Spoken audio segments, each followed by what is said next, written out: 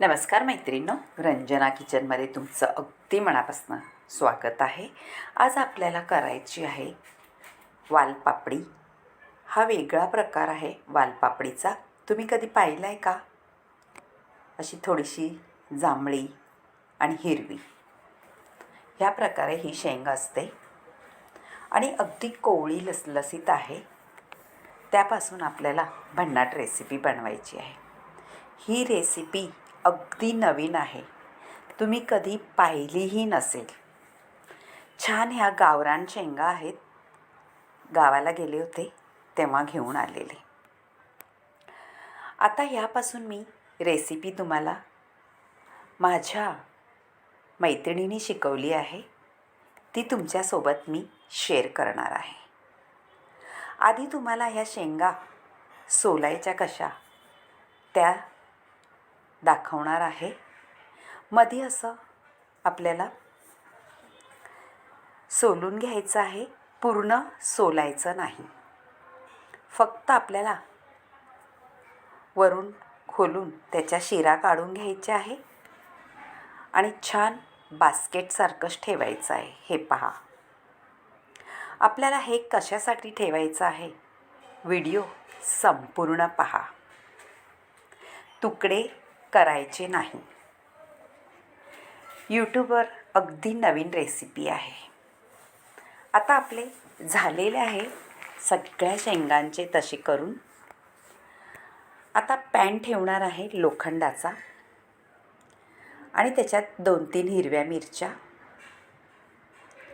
वाटाणे अर्धी वाटी ओले शेंगांमधले, लसणाच्या पाकळ्या 4-5-6, सगळं व्यवस्थित भाजून घ्यायचं आहे आपल्याला.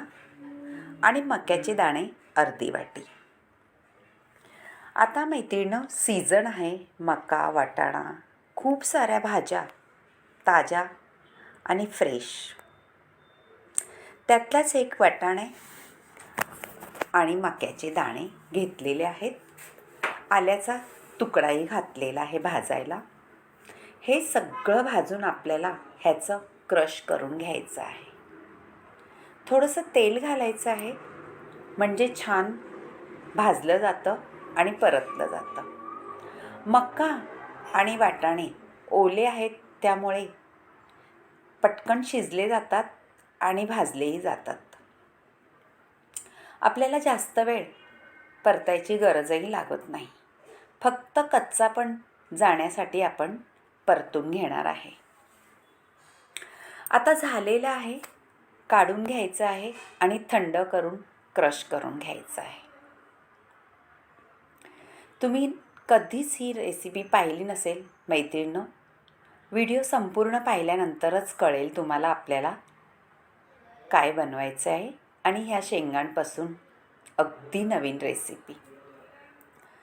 आता काढून थंड करायला ठेवलेलं आहे वाटाणे आणि मका. आता त्याच पॅनमध्ये आपण घालून घेणार आहे 2 चमचे बेसन पीठ. तेल घातलेलं आहे आणि तेलामध्ये छान भाजून घ्यायचं आहे, म्हणजे बेसन पिठाचा कच्चापणा जाईल. आणि बेसन पीठ भाजल्याशिवाय घालायचं नाही. आता आपलं मिश्रण थंड झालेलं असेल ते आपण क्रश करून घेऊ. वाटाणे, मिरची, आलं आणि लसूण, मक्याचे दाणे. हे पहा, क्रश करून घेतलेलं आहे. अगदी बारीक वाटलेलं नाही आहे आणि थोडंसं मोठंच ठेवलेलं आहे. ते सुद्धा आपल्याला बेसन पिठात घालून घ्यायचं आहे आणि एकजीव करायचं आहे. एकजीव केल्यानंतर आपल्याला काही मसाले घालायचे आहेत.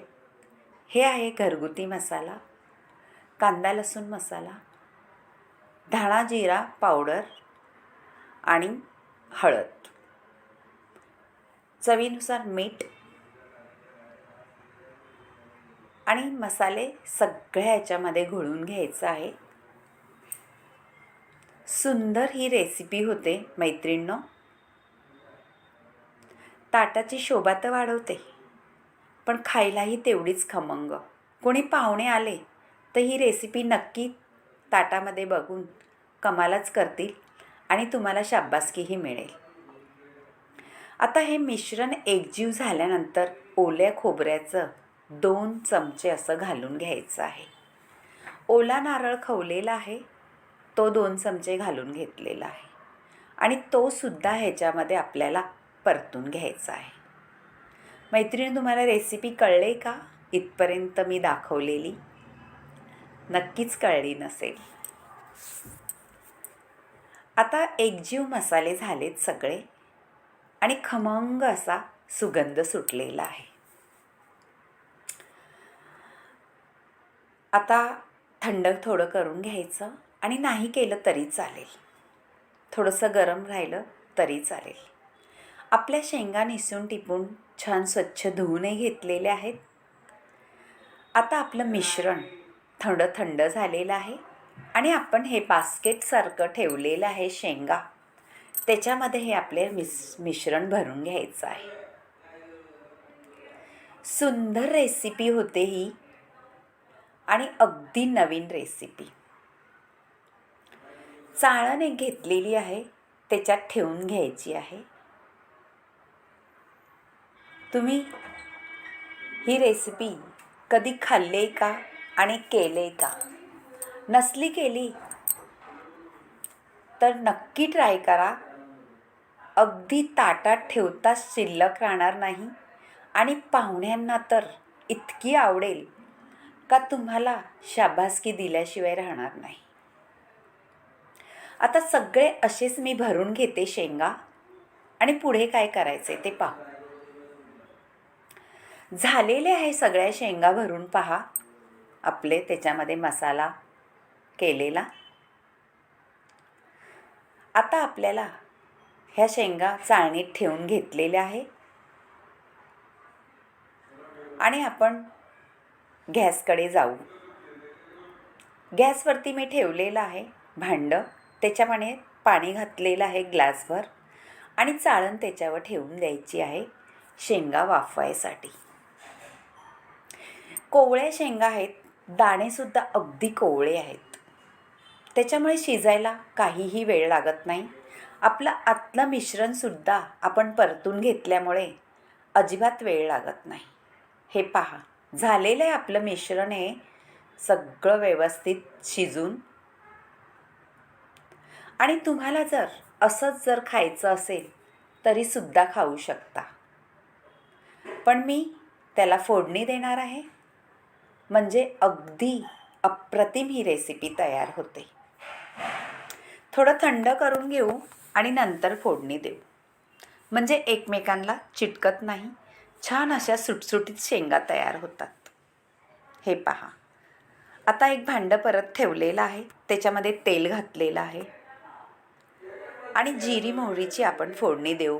हिंगही घालू, म्हणजे अप्रतिम स्वाद येतो त्याचा. मैत्रिणींनो, तेल गरम झालेलं आहे आणि जिरी मोहरी घालून घेतलेली आहे. आता आपल्याला थोडासा बेडगी मिरची किंवा आपलं काश्मीरी मसाला घालून घ्यायचा आहे आणि तेलामध्ये परतायचं आहे. तेलात परतल्यानंतर कलर सुंदर येतो आपल्या ह्या रेसिपीला आणि शेंगांना. दिसायला अप्रतिम दिसतात आणि खायलाही तेवढ्याच सुंदर लागतात. मैत्रिणींनो, नक्की करून पहा आणि रंजना किचनला लाईक करा, शेअर करा, सबस्क्राईब करायला विसरू नका.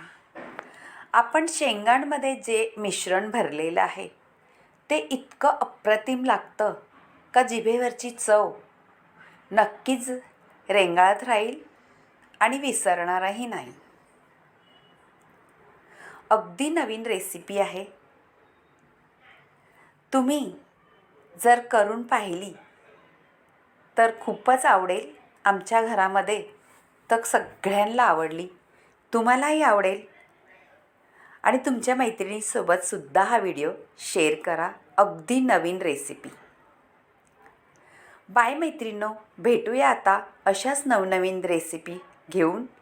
तोपर्यंत शेंगेचा हा व्हिडिओ नक्की संपूर्ण पाहिल्याबद्दल धन्यवाद.